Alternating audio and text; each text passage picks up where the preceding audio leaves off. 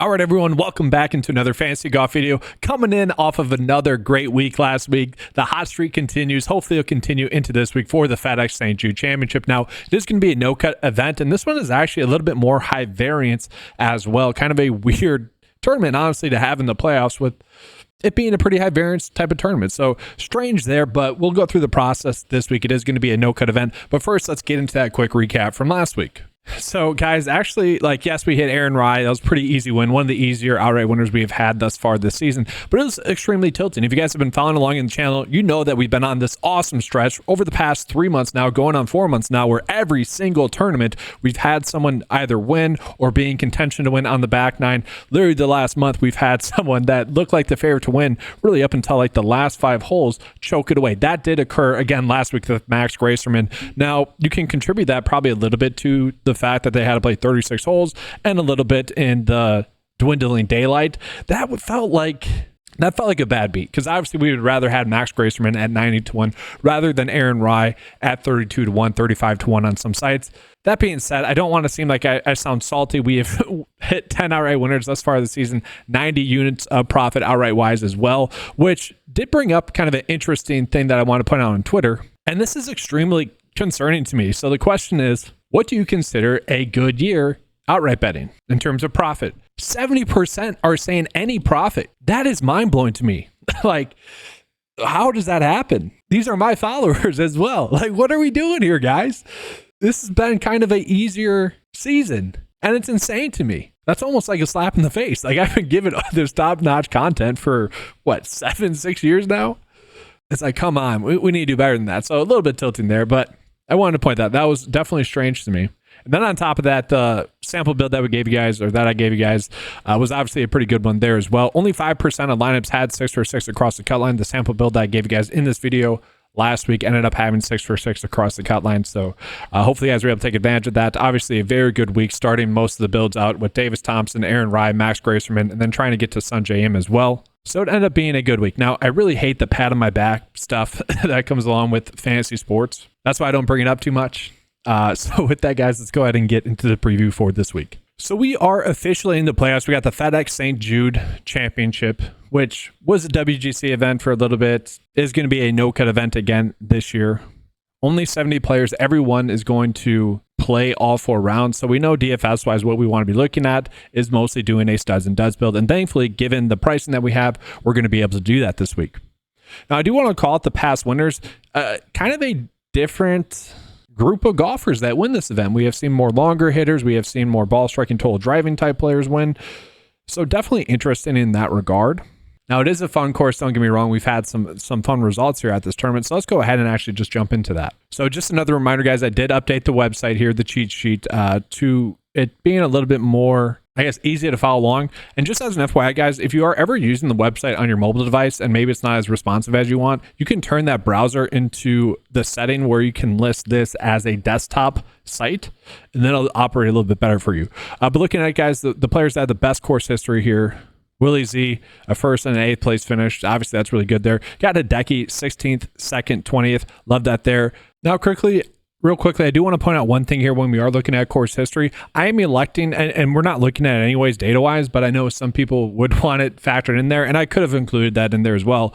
Again, I've been kind of including the fun course history here, the stuff that's not relevant data-wise, trying to put that in there, but I'm not including the FedEx St. Jude Classic in there just as an FY, because I want to be looking at the no-cut events. And guys, again, if you're kind of looking at this, the overview that I was just doing, and I realized I messed this up when I was going through it, we don't really care about Tony Finau, DJ, Patrick Reed, those years. I want to make that clear. And I realized I messed that up at the top. And that's going to be because that was played at a different course and it was a different tournament name. So we want to be looking at the results from TPC Southwind. Okay, so just want to make that clear. And so that's what we're looking at here. Taylor Moore's been someone that's played this course well. Adam Scott's been someone that's played this course well. Brian Harmon's mixed in there. JT Poston, Sanjay Im. He was obviously someone that everyone loved last week. And I would say he played fine. I'm kind of happy with the result that we got. Obviously, we would want better, but that's still not bad. So we do get a good indication of that. But what's the thing that we see here? A lot of the big names tend not to play well here. And I haven't really been able to wrap my head around that. I know I mentioned last year that I think it's just the fact that this is the first like playoff event, and really it's not going to change too much for those golfers.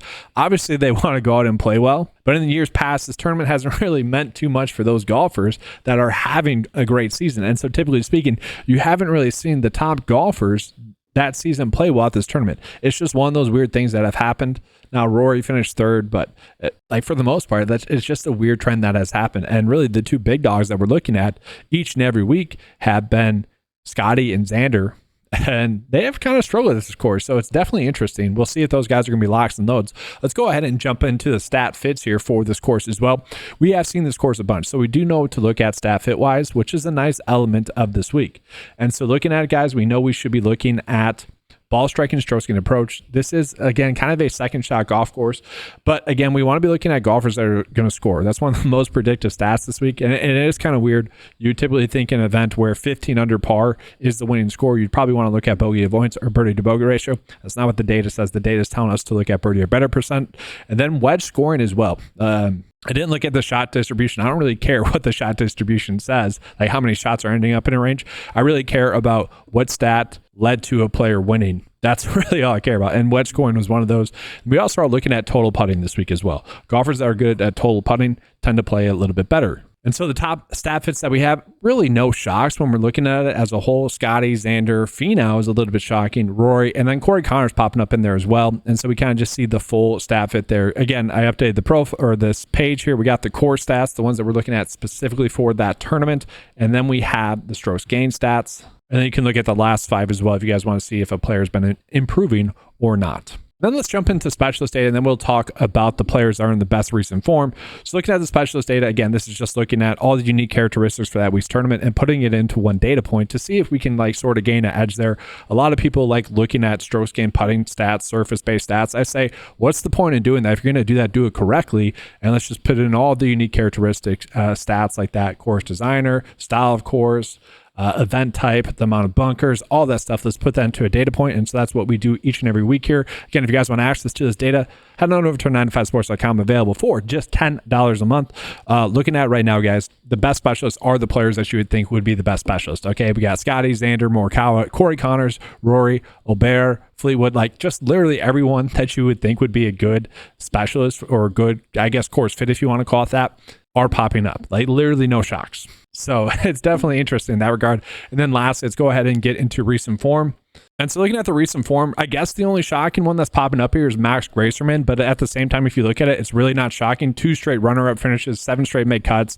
His worst start over his last 7 starts has been 31st, and obviously been getting better as well. So, some people might be shocked by that. I'm really not. You got Aaron Rai mixed in there as well. He really just had one bad start, which was at a major. So again, that's part of the reason why I was on him last week, is because you could kind of write that off. It was just a major, didn't play well. I was happy to go back to him as well. But we can see we are going to get some value here with some of these golfers that have been in some good form. Now, you do worry it is the playoffs.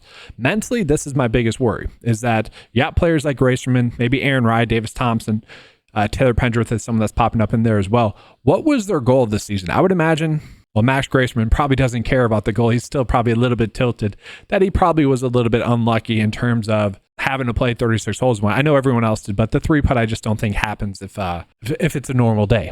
Anyways, I'm sure his goal was probably to make the playoffs. Aaron Rai, probably to make the playoffs. Davis Thompson, probably to make the playoffs. And so where would they be at mentally? Are they going to be able to reset, continue to play good golf? I would imagine so. And I'm going to be on those guys, but at the same time, it wouldn't be shocking if that occurred. And I think that's, again, part of the reason why we see this event kind of be more of a higher variance week, because of stuff like that. So I think it's interesting there, and I want to point that out. But with that, guys, I'll show you guys some more of the top in recent form. No big shocks there. Let's go ahead and get into the cheat sheet. Who are the top plays for the FedEx St. Jude Championship? And so a little bit of a difference between 1 and 2 in the 9-to-5 model. We got Xander Schauffele coming in as the top ranked play this week overall. And again, the reason why Xander and Scotty Scheffler are both getting knocked this week is simply due to the fact that they do have poor course history. They have not been able to put together good weeks at this tournament. And again, I don't know if that's more mental or just course fit. You would assume that these two players would be able to show up really well at this tournament. And I am expecting that as well. But I don't know if we exactly need to go out of our way to hammer both of them into our builds. Now, that could end up being a mistake, especially in a week where we know we should be doing studs and duds, right? But I kind of like I still like the studs and duds approach, but I kind of like a more fair and balanced studs and duds approach. And that's simply because of some of the plays that we are getting that I think will be a little bit lower owned that we can also get to at some lower ownership. So Obear, I think, is a play I'm happy to get to. Rory, I'm kind of happy. I'll mix and match the top end, but we got Kyle Morikawa at such a cheap price tag, and it's just simply due to the fact that he had a 24th place finish in his last event. Like, kind of, to me, I'm looking at that like, oh, well, the Olympics didn't play well. Kind of, oh, well, Open Championship 16th. We wanted him to play better, okay? But he has been super solid. And I think if we can lock in around a top 15 place finish out of him, maybe given the fact that it's a reduced field event, we could, knock that down to about a top 12 finish. I'd be happy to take that. And he's going to be a good stat fit. Course history has been solid. Recent form solid. And so I do like taking the price reduction there. But at the same time, we could easily just go to Tommy Fleetwood, who's a little bit cheaper, Patrick Cantlay, who I think is going to be my one and done pick this week, mostly because I don't have that many good options. I've been saving a decent amount. I still have Obear, I still have Cantlay, I still have Hovland available at my disposal. And so we'll see. I think Cantlay, though, this is going to be a good week for him. He has been someone that has been trending in the right direction form-wise, and he is someone that does like this course, we have seen. Second place finish last year. I do like his odds at 22-1. I feel like that's one of the first bets I'm going to be happy to go out and make. And so just at that price tag, I think I'm more leaning towards him right now. And for what it's worth, Kyle Morikawa is going to be another player that I'm going to be outright betting this week as well. I'm a little bit shocked that it's the best line we can get is 14-1. I would have thought baseline for him would be like, it would be 14-1. Like, that'd be the norm. Instead, the norm seems to be 12-1. Kind of is what it is, obviously, in a reduced field event. It's just you can't really control that. Just make the best bets possible that you can each and every week. But from there, I really think this week is a weird week in which I do think I want to be starting my lineups out with Corey Connors, which does seem to be strange. Again, I want to point out this weird trend that's been going on with him, where it's literally been top 10, top 20, top 10, top 20, top 10, top 20, top 10, or I guess top 30. He's been having this weird trend, and I've called this out for the past like 6 tournaments for him. It's been this weird trend going on for his past like 9 tournaments. So I don't know. It's not that big of a difference, right? But it's just a weird trend that I wanted to point out. So if the trend continues, he's only going to give us a top 30 place finish. But I am happy to place an outright bet on him this week at 40-1 on FanDuel. That's a very good line for him, for a guy that has played this course pretty well in the past and has been someone that has gotten better each time at this track as well. I always love to see that there. Key stat wise, he's really popping up key stat wise. Top 5 or better in ball striking and stroking approach. Good enough in birdie or better percentage and wedge scoring.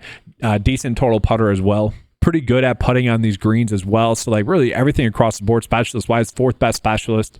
Just he's checking all the boxes, and we can get someone that's checking all the boxes. That's a top 5 play in the 9-to-5 model at 9.1. I'm happy to do that this week. And so lineup wise, I do feel like he's a starting point. From there though, I almost think like Hideki's still popping up. Tony Finau is going to be a great play. If you guys want to check out those plays in the 9-to-5 model a little bit more in depth, sign up to 9to5sports.com. Again, available just for $10 a month. We're going to have a lot of great plays, but for me, like Aaron Rai is a good play as well. Obviously, I like him. For me, we don't need to do that. This is a week in which we know we want to be doing studs and duds. I think I'm going to be happy just going again with someone like Max Gracerman, who we can get at a cheap price tag. Now, again, the worry with him is that he's playing this course for the first time. Don't exactly love that there from him. And he's someone that is coming in off of 2 runner-up finishes. Now, again, I don't know if he's exactly going to feel like he choked away last week, because I didn't really, obviously he did, but given the dynamic of the tournament, I don't know if he's going to feel like that. I think he's still going to be hungry, ready to go. 2 straight runner finishes. Again, 5th best form in the field, and we can get him at 6.9. Again, the concern is where he's at mentally, but again, I'm not too worried about that. I don't know if I want to bet him outright at like 110-1, but it's not a terrible bet to get the 5th best forward in the field at 110-1. I don't want to say I'm happy to do that, but I'll probably toss like a half a unit on that. Just more of a FOMO bet, but at the same time, 6.9, I'm okay to get there. And I can already hear the chatter in the comments be like, you just recommend the same guys every single week. Oh yeah, no doubt. That's golf. You're going to play the golfers that are in the best form. That's why they're good staff fits and everything. So that's just how that works out. But from there, who do we want to play? I don't mind Keegan Bradley. I think Taylor Pendrith is certainly someone that's interesting. 11th best recent form in the field, has played this course before. I think he's fine. But again, kind of sticking with the theme, I think I do want to get to a little bit of Davis Thompson. You're going to see Jason Days right there. Brian Harmon is someone that does look like a great play this week as well.